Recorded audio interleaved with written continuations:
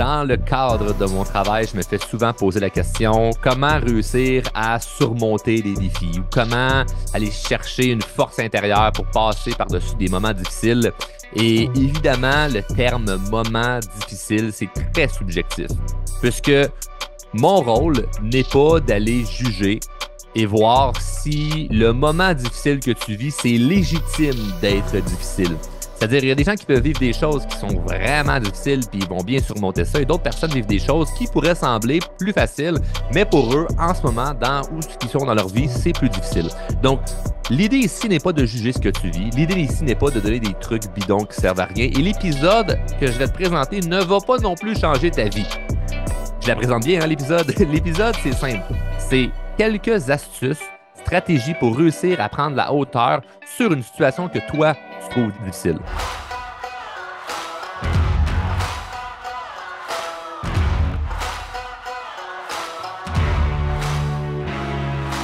C'est pas parce que tout le monde autour de moi réagit mal par rapport à une situation X que c'est la bonne réaction à avoir.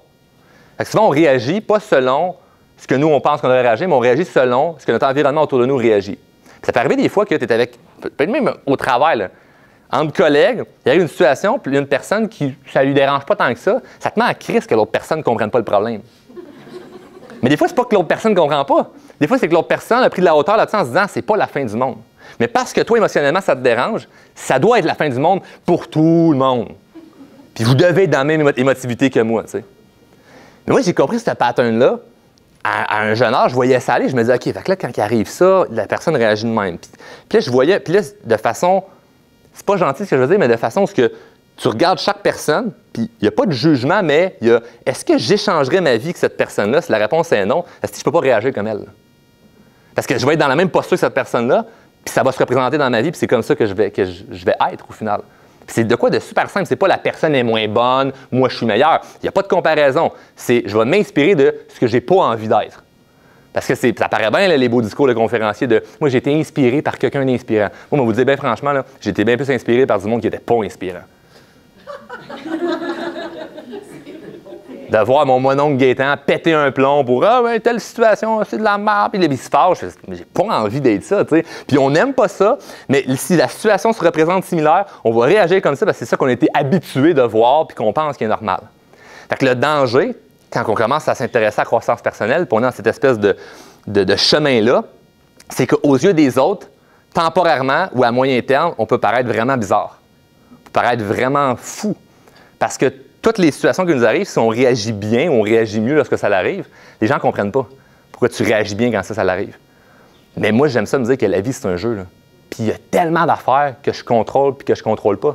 Puis si chaque affaire que je ne contrôle pas, je le prends comme étant lourd, bien, c'est le narratif que j'ai décidé d'avoir dans ma vie. Je donne un exemple. Mettons que Paul, qui est un de vos collègues, il n'est pas là en ce moment puis il était censé être là. Donc, c'est quoi ton nom?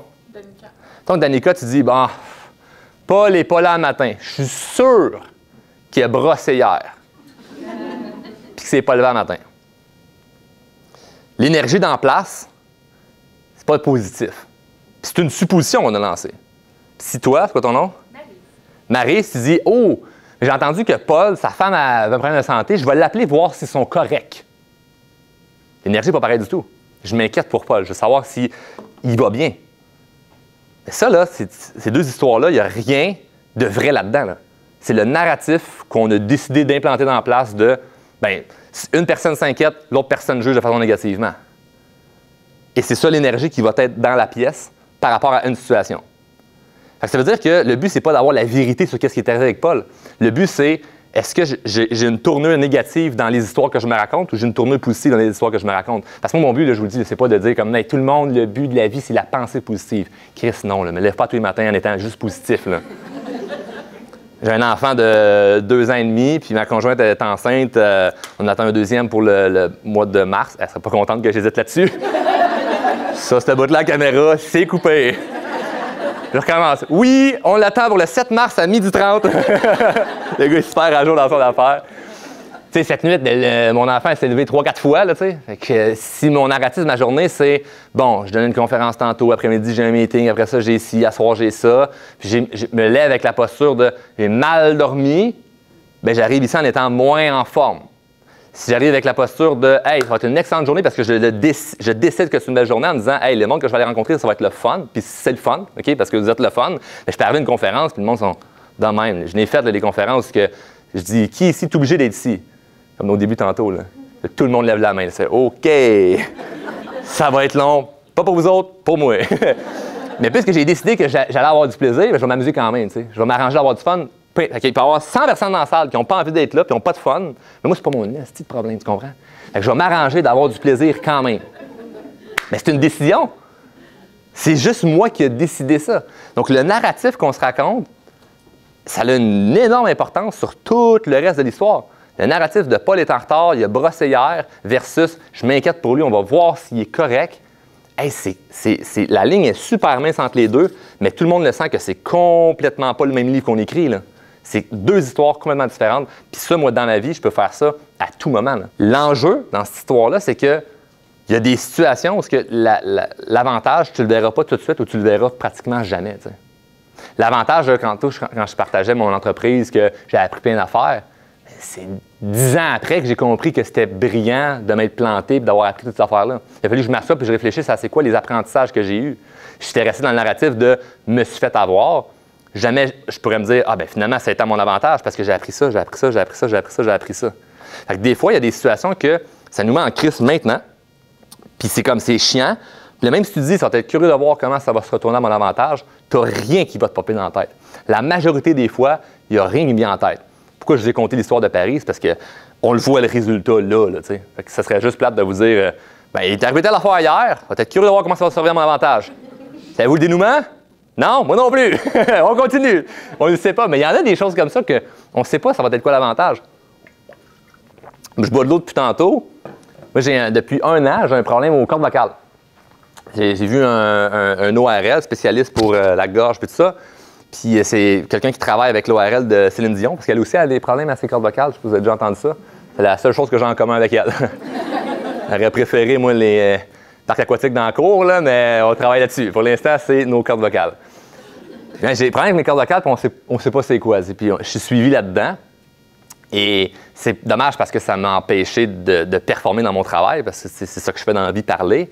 Puis je sais que juste d'être là aujourd'hui, bien, tantôt après-midi, il va falloir que je me ferme la trappe pendant, mettons, 3-4 heures, juste pour récupérer ça. Fait que chaque fois que je parle, il faut que je calcule que ça vaut la peine de parler. Fait que c'est essoufflant, ça. Il n'y a rien de fun là-dedans. Puis pourquoi je partage ça, c'est qu'on n'a pas trouvé l'avantage. Mais je vous le dis, là, dans 1 an, 2 ans, 3 ans, 4 ans, 5 ans, là, vous allez voir de quoi de moi de passer sur le web ou à la télé ou à la radio, peu importe. Là. Mais vous allez entendre une histoire de « Hey, grâce à l'histoire, grâce à cause du fait que j'ai un problème avec mes cordes vocales, il est arrivé telle situation. » Mais la situation, on ne sait pas encore c'est quoi. Là. Donc, je vous partage ça juste parce que peut-être qu'il y a des points de ce que je raconte aujourd'hui que vous allez vous rappeler, des points non. Mais vous allez vous rappeler de moi, puis quand vous allez revoir que hey, finalement, c'est vrai son avantage, c'est comme « Ce style-là nous l'avait dit. Hein? Il l'avait collé à la shot. » Mais je me mets dans cette posture-là que c'est sûr qu'il y a un avantage. Pourquoi c'est juste la vie qui m'envoie un défi de santé? C'est juste pour me faire chier. C'est juste pour que ça soit chiant. Moi, j'accepte pas ça. Puis on s'entend que la santé, c'est la chose la plus importante dans notre vie. Là, enlève ta santé, c'est comme tout le reste ne vaut plus rien. Là, tu veux être en santé. Mais il y a un avantage là-dedans. T'sais. Mais je ne sais pas encore c'est quoi.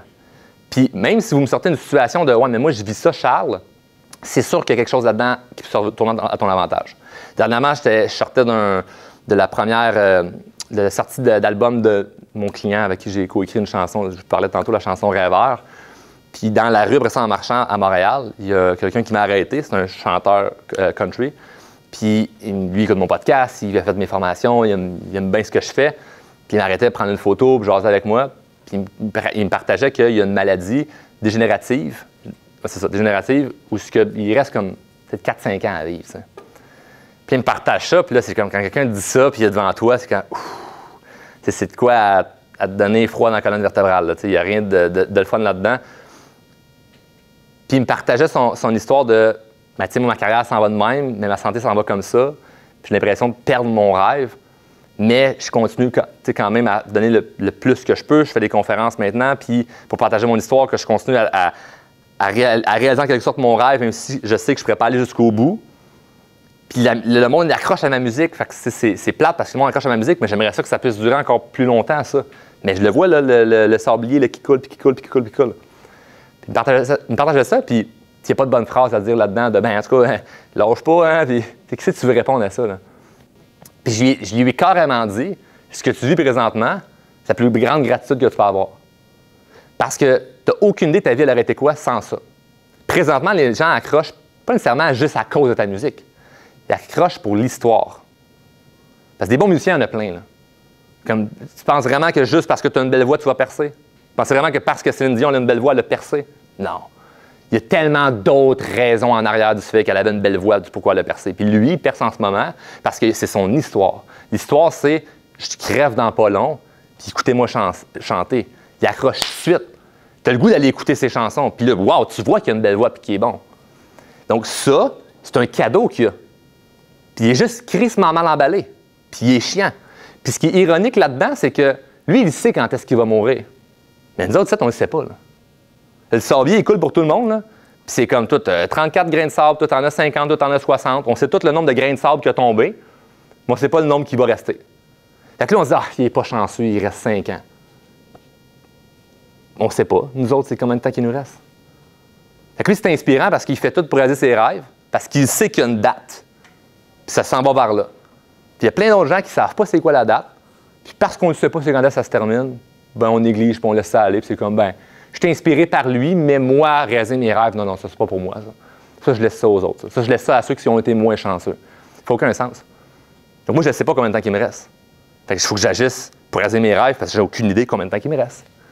Fait que lui, ce qu'il vit présentement, je ne changerais pas mon problème de corde vocale contre ça. Là, je préfère avoir ce problème-là.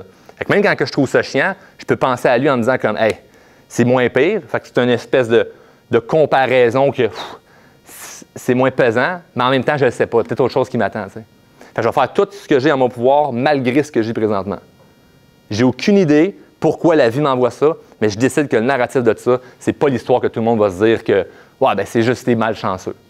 Mais j'ai pas envie de choisir d'être malchanceux. J'ai pas envie de dire ça, ce qui se passe là, c'est la chose que la vie m'a envoyée, puis on ne sait pas pourquoi.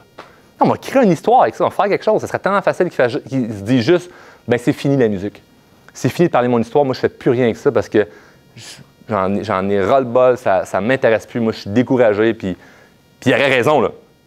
On s'entend, là, il y aurait raison de juste comme rien faire avec ce qui arrive. Mais parce qu'il en parle, ça l'accroche les gens. Puis si ça l'accroche les gens, ils écoutent sa musique. S'ils écoutent sa musique, ils sont inspirés ou ils aiment ce qu'il fait, puis ça va durer tout le temps. Parce que l'œuvre artistique qu'il crée va rester dans le temps même quand il ne sera plus là. T'sais. Donc, il y a quelque chose d'inspirant là-dedans.